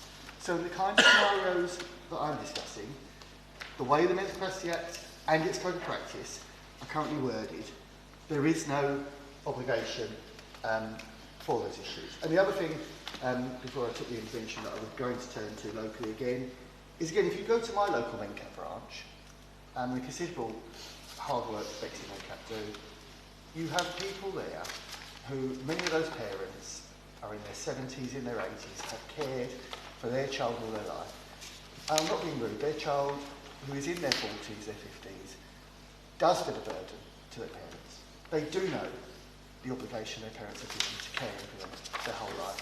And I do just ask members to consider, you know, what the Mental Capacity Act says. Those adults are at a level of capacity, as we've heard, to make those decisions, but have been supported in most decisions all their life and do not need to be supported. Will the other members give way? I know you've just wound up. And look, I know we've spoken a lot today about further safeguards and provisions beyond the Mental Capacity Act when it comes to additional clauses. I note the honourable member has put in Amendment 339 specifically around if a person is autistic or has a learning disability, they must be given accessible information in sufficient time to consider it. Additionally, there must be a supporter and independent advocate with them. Would that, therefore, if that amendment was passed, would that satisfy some of your concerns around the Mental Capacity Act? Daniel Frank. Thank you, Chair. Well, I think that amendment's going to need some more further rewording from what I'm hearing. But it would address some of those concerns, and again, working with MenCap, there will be further amendments coming to later clauses of the bill. And I understand one of our colleagues is also taking further amendments on that, which I welcome. But I still do say, in terms of interpretation, and there are interpretations there which I've addressed particularly about involvement of carers and loved ones within the current Code of Practice, I still would have those concerns. And the concerns that brought me to the place that I came to at second reading because I didn't seek to be this person standing here. You know, if you'd asked me a year ago, not only did I not believe I'd be a Member of Parliament, I never believed I would be on this side of the argument. You know, it is this particular point that has driven me to this place. I will just talk a little bit about evidence. So if you look at the Law Society's evidence, and the Law Society have got a neutral position on this, but they do say that before this provision becomes law, a comprehensive consultation should be undertaken to allow relevant experts to share views on the appropriate definition of capacity for the purposes of this bill. So that's the position from the Law Society. Now we've heard what we heard, other members have referred to the oral evidence, but the way, when I've gone back and looked at what Sir Chris Whitty said, he did actually refer to the fact that he believed that it may require some slight adjustment in terms of training. So even he is saying that the current Mental Capacity Act, the definition of it, does not code for this scenario. And if you look at the other evidence, and I'm a strong believer, if we're going to have this debate about having heard the oral evidence, let's hear the oral evidence on this matter. Dr. Rachel Clark, the elephant in the room with all this is the capacity assessments. I would suggest that anybody who pretends that those assessments are easy and routinely done well in the NHS has not got enough experience of observing that happening, what I refer to in my personal experience. I teach capacity assessments to doctors and medical students, and it's often the case that they're very poorly conducted. The doctor often does not understand the criteria for assessing capacity. Dr. Sarah Cox, I and my colleagues have concerns about the safeguards in the bill, and it's not just the capacity assessment. Professor House, when referring to the presence of diagnosable mental disorder, the top of the list of importance is depression, which is well known, particularly in the elderly, not to be that easy. Baroness Faulkner, for example, you've been discussing capacity, and capacity is a very serious consideration in our concern.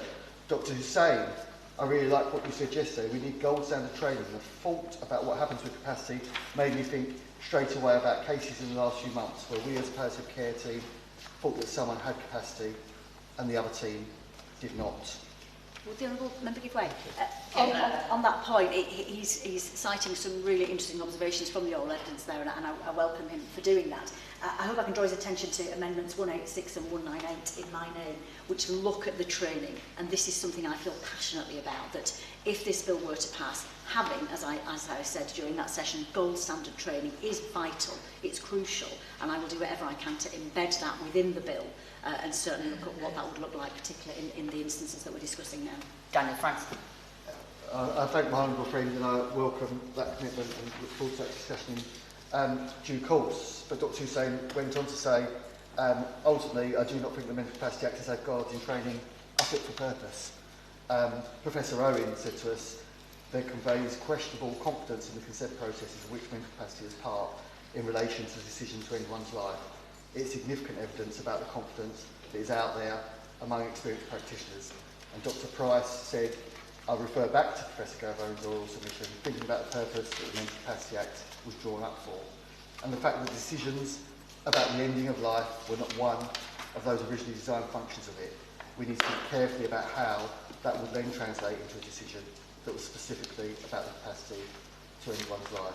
Will you give way? Absolutely. I'm very grateful, Chairman. I know the point about training. Of course, we'd all very much welcome the strongest possible training to be provided, but as he implies there, does he agree that nobody has yet used the Mental Capacity Act to assess somebody for an assisted death?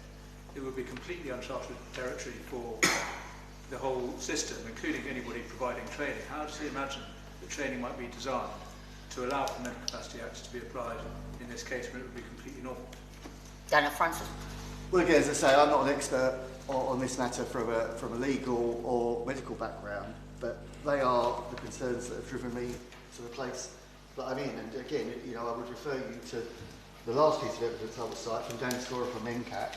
And again, as my honourable friend knows, I was adamant that they would give evidence to us. And he said, building on the previous question about the adequacy of the Mental Capacity Act, there's a question about the adequacy of training, awareness and compliance with that now. And he clearly cited what many people know about what's occurred during COVID with do not resuscitate orders, with decisions being made on people's behalf.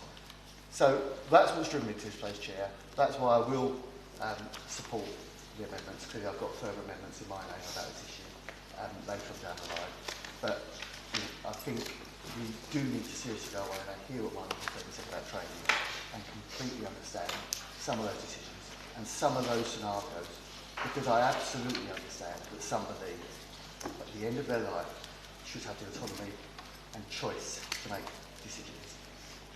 But if that comes at the price of one person, where a borderline capacity decision is made on their behalf, then it is one death too many. Danny Kruger.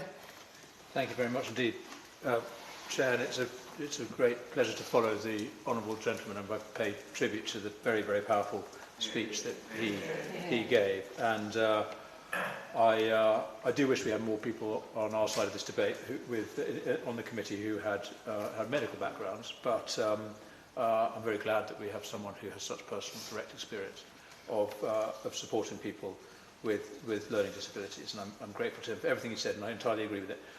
I want to speak in support of the Honourable Lady's amendment to replace the Use of the Mental Capacity Act with a new ability test. This does go to the heart of the bill.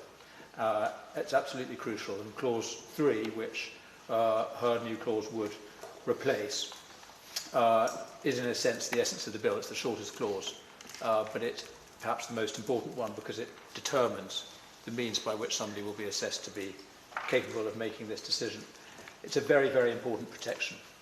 And at its simplest, and it is a very confusing and complicated area, I'm going to confuse myself, no doubt, of course, in my speech.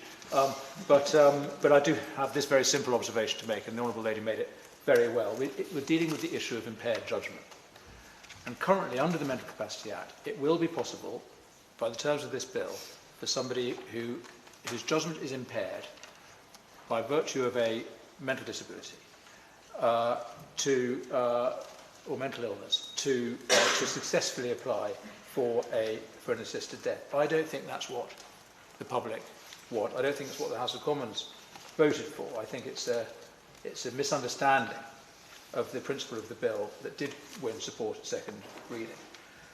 The simple fact is that your judgment can be impaired under the Mental Capacity Act, but you could still have capacity. And we've heard repeatedly points made about how the Mental Capacity Act applies in the normal conduct of life for disabled people, for people with mental disabilities.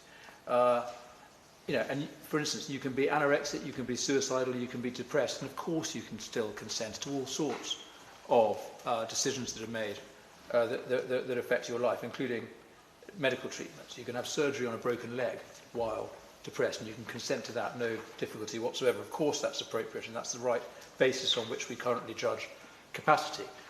And the amendment that the Honourable Lady is introducing will build on the terms of the Mental Capacity Act. It adds to the principles of autonomy and of people being able to understand, use and weigh the relevant information. But as I said in an earlier intervention, the key point is that using this new test of ability will ensure that the person is fully able to do those things, fully able to understand, use and weigh the relevant information. So in the case of impaired ability, they would not be considered to pass the test. And I know, Madam Chair, we hear a lot that this is the toughest bill in the world with the highest safeguards. It's worth pointing out that in Oregon, which this bill is largely inspired by, there is an impaired judgment test. There is the capacity test, similar to that in the Mental Capacity Act, but you are also required to demonstrate that there is no impaired judgment. And that's exactly what the Honourable Lady is seeking to do, building on the terms of the Mental Capacity Act, those key principles about understanding information, but ensuring that that is a full understanding with no impairment. So it strengthens the bill without complicating it. In fact, it significantly simplifies it. Because at the moment we have the problem, and this is the substantial issue with the application of the Mental Capacity Act, that we have a huge complication involved. When we go into the forest of the MCA to try and apply it in these terms, to use it to navigate our way through the MCA in pursuit of an assisted dying application, we have a whole series of complications. And it's for that reason, and I cite some of the evidence that we got, the Royal College of Psychiatrists, who we did hear from, stated in its written evidence, it is the Royal College's view that the MCA is not sufficient for the purposes of this bill. I also cite the evidence we had from the King's College London Complex Life and Death Decisions Group, which is a group of world-leading professionals working at the end of life. They describe it as the use of the MCA for assisted suicide would be an entirely novel test. And I note the Honourable Lady for Penistone and Stocksbridge made the point that the ability test would be, and I think my friend from Solihull made the same point, it would be a novel term. The term of ability is not currently set out, it's not recognised in law in the same way that capacity is, and I acknowledge that. But as I said, actually, ability is very clearly defined in the new clause which the Honourable Lady is proposing. And of course it's going to be novel. We're talking about something that is entirely novel. The assisted suicide is a new measure that's being introduced. So of course we have to have a new measure by which we define who should be appropriate. I'm reading the text of New Clause 1, and it's remarkably similar to the text of the Mental Health Act, Section 3, A and B, which I'll read out. For the purpose of Section 2, a person is unable to make a decision for himself if he's unable, A, to understand the information relevant to the decision, B, to retain that information, C, to use or weigh that information as part of the process of making the decision. This is not new, it's not a novel concept, because that's virtually exactly what the wording is in New Clause 1. So I don't see why we need to have this new clause or new definition, because it's already there in the Mental Capacity Act. Well, I'm grateful. He helps me explain my point more clearly, which is the new clause the Honourable Lady is proposing builds on the terms of the Mental Capacity Act. It recognises the value of the terms that have been well established in case law through the MCA about the ability to understand, use and weigh the relevant information. The key difference is this word fully. So the case law around the MCA allows for somebody to be deemed capacitous even though their judgment might be impaired. What is being proposed here is that exclusion, or that lacuna would be closed. So it would not be possible to get an assisted death if your judgment is impaired. And that is the key difference. And it's also important, going on, to exclude the MCA because of the thicket of complications, and we've heard about the importance of simplification, the thicket of complications that it would entail. A much simpler and better way to do this entirely novel thing that we're proposing, which is to authorise assisted suicide by the state, is to have a new definition. She doesn't like my terminology. I do struggle with that terminology. This is not assisted suicide by the state. It is the state is not involved. It is the person making the decision, an autonomous decision based on their choice at the end of life. And I will say on the record now that the term suicide is not an accurate term for the cases that we're talking about. The people that we're dealing with are not suicidal. They very much want to live. They don't want to die, but they are dying. And I think it's important that we have that on the record. I am grateful. I think it's totally valid for us to have this argument periodically about the terminology. I will repeat the point that I've made before, which is that actually we are amending the Suicide Act, or rather we're disapplying the Suicide Act in the case of the process that's set out in her bill. So there's no getting away from the fact that we are talking about assisting suicide. And I'm afraid I will continue to use the term, and I hope she'll forgive me for that. So I'm trying to argue, Madam Chair, that the MCA is a complicating factor in the process that is being proposed for the bill. It makes things much more difficult and complicated. So, and I want to quickly refer, and the point's been made, I honour the Honourable Lady from Richmond Park put it very well. I think a lot of the case for the MCA, a lot of weight is being put on the evidence from Sir Chris Whitty that he gave us, suggesting that the MCA works very, very well. I do want to point out there was a significant mistake that Sir Chris made in his evidence to us when he said that the more serious the decision, the greater the level of capacity that someone needs to have. There's no such requirement in the Mental Capacity Act. Of course, you'd hope that doctors would take a serious decision more seriously than a trivial one, but there is no such requirement. And I do want to quote from Alex Rupp-Keane, KC, who wrote in, I think, to the Honourable Lady after his evidence session, and he said, with the greatest respect to Chris Whitty, the fact that he got that wrong does not inspire confidence in his comments that the Mental Capacity Act is well understood by doctors throughout the country. And I very much echo that. We've had so much evidence of how the Mental Capacity Act does not work well in practice.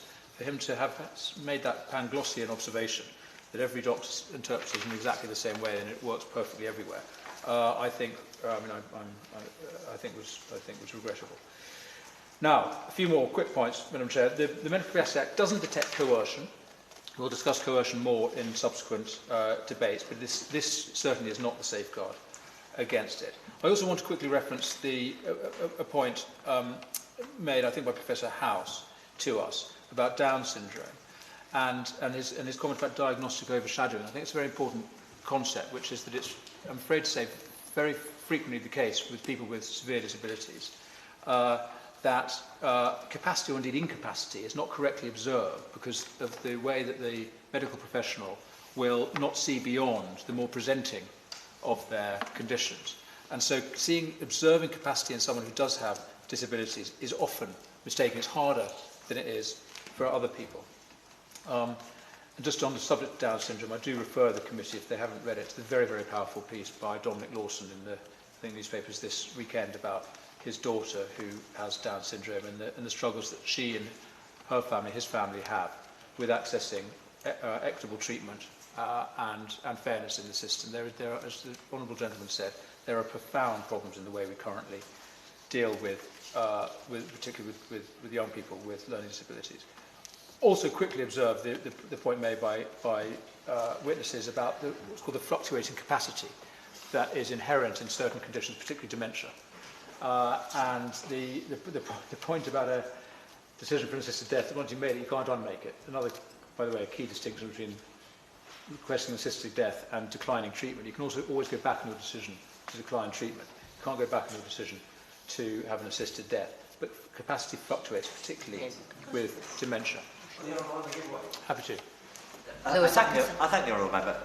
Can I clarify that what he's proposing to introduce a separate test for people accessing assisted dying would mean that an individual, say on a respirator at the end of their life, if they said, please turn this respirator off, I want to die, that from what he's proposing, he thinks that that's appropriate to be assessed. The capacity for that person to do that is to be assessed under the Mental Capacity Act. But somehow that person should have a different legal test if they say, I want to take a drug to end my life, knowing fine well they have exactly the same results.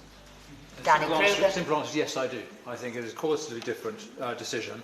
And in fact, this whole bill entails qualitative differences between those decisions. I'm going to come on more to that point in a moment, but to answer this point, yes, I do. Now, an important point made by Professor Owen to us around capacity. I'll quickly quote a few lines from him. He said, you might be talking about a kind of cognitive impairment that has not reached the threshold for a diagnosis of dementia. And he talked about mood problems, anxiety problems that is subclinical. Or you might be talking about a level of intelligence that is not clinically a learning disability. And he talks about pressure within a family, let us say, which is not often malign in its intentions, but it exists. And he talks about where there is an impairment and also interpersonal pressure. So, although we're not talking at this point explicitly about coercion and family pressure, nevertheless, the issues around capacity and coercion are very, very intertwined. And it's often very, very difficult for doctors to determine what is really going on. So again, the challenges around capacity are intense. Now, the point's been made by honourable members in the debate that there is currently an opportunity for one of the doctors, it's the second doctor in the process according to the bill, section 9, subsection 3b, if they're in doubt about capacity, they may refer to a psychiatrist or to a registered medical practitioner who has experience of the assessment of capacity. So not a psychiatrist, actually, just someone who's got experience, whatever that means, of the assessment of capacity. It's not totally obvious what that means. I think there is an amendment that's been tabled by the honourable member for Bath overnight, which suggests that both the first doctor and the second doctor, and indeed the court, if we are allowed to have a court, they must be satisfied, not just may, but if yes, they must be satisfied, so they must refer to a psychiatrist.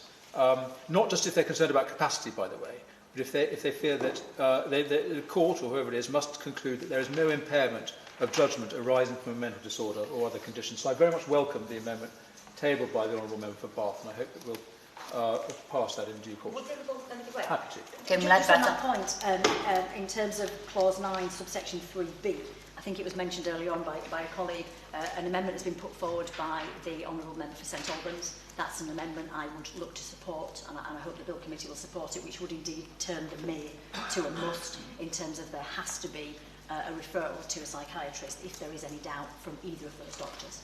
That's excellent. Danny Crew. Okay, well, for the first time so far in the course of this debate, Chairman, we have a strengthening of the bill from the Honourable Member. So that is great news. We can chalk that up as a victory and good stead breaking out. So I'm grateful for that. Let's see what more we can achieve. The point I want to make, Madam Chair, and I'm coming to an end, is that we are in the foothills of understanding the effects of depression, cognitive impairment and social pressure on the decision to end life. And this is a point made strongly by a series of witnesses to us, written and oral, that we are still very much in the early stages of understanding how capacity interacts with mental illness, with disability, and indeed with coercion. And we are proposing that into the midst of vagueness, we are going to insert this single, clunking, clumsy question. Is there evidence of incapacity? And I want to strongly suggest that the use of the Mental Capacity Act, well, the abuse of the Mental Capacity Act that we are seeing here is not a way of simplifying the process of ensuring that there are a small number of strong safeguards. It's a great complication of the process. It introduces more complexity, as we see, because there's all sorts of additional things that are being added that clinicians should consider, which is in direct contradiction to the principle of the Mental Capacity Act, which simply asks this question: is there capacity?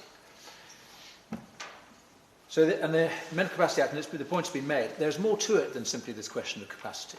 There are concepts of best interests and of supporting decision-making. I mean, as the member for Penistone and Stockbridge suggested, it's a cumulative process. The Mental Capacity Act entails not just this question of capacity, but also we're supposed to consider best interests and whether we are supporting the decision-making of the individual. I'm not sure how those terms apply in a situation of assisted dying. It's just not similar. It's not comparable to the sorts of decisions that the MCA is intended to apply. Happy to. Lewis, I thank him for giving way. I think this touches on some of the evidence given by Mr. Ruckeen in his, particularly around the best interest decision. I mean, my reading of the draft legislation is very, very clear that there is no possibility for someone to make a decision on behalf of in best interest for anyone else. But I think, as the member for Solihull has referenced earlier, there are a number of exclusions in the existing Mental Capacity Act. For example, someone is not able to make a best interest decision on someone getting married or on someone adopting. So does the member agree that in order to potentially absolutely guarantee without any doubt on the best interest point, there could be an insertion of an amendment to clarify that nothing in the MCA would allow a best interest decision under this Act? Well, I'm grateful to him, and I think that is absolutely right. I don't think best interest can apply in this case. But that's why this Act the Mental Capacity Act is being abused, because as the Honourable Lady said, it's supposed to be cumulative. We're supposed to consider all of these aspects of the Mental Capacity Act. Best interest should be part of the consideration, but indeed, how on earth do you make a best interest decision about somebody deciding to commit suicide? So the Honourable Gentleman is absolutely right. Best interest is excluded in this in this Act. So it's not the Mental Capacity Act is not being used except for this most basic, low-level bar to cross, which is the capacity decision. Happy to. So thank you. Just for clarity, and I agree with the Honourable Member for Sunderland Central that this would strengthen the bill, but those exceptions only apply where the right and proper Mental Capacity Act process has been gone through and the person doing that assessment has arrived at the point that that person doesn't have capacity. And it's only in that very narrow set of circumstances where they have determined that the person before them does not have capacity to make the decision at hand that then they go to a second look at whether making such a decision would be in the individual's best interest. So those exclusions, the specific exclusions that are listed in the MCA, only apply in that stage. And what the Honourable Member for Sunderland Central is suggesting is that we make an amendment which would add to that list of very specific exclusions. So it would further strengthen the two stages. Number one, that you would go through the full Mental Capacity Act tests and you would determine that that person doesn't have capacity. But it would give us belt and braces in those circumstances where the person does not have capacity, which under the Act currently, therefore they would fall out of scope, they would not be able to seek assistance if it had been determined that that person hadn't got capacity. However, it adds belt and braces to make sure that there is no circumstance in which it could be determined by a medical practitioner or other that it was in their best interest to follow this course of action. So the law as it currently stands, as the bill is currently drafted, means that those people who haven't got capacity as a result of the Mental Capacity Act would not be able to have access to the provisions in the bill.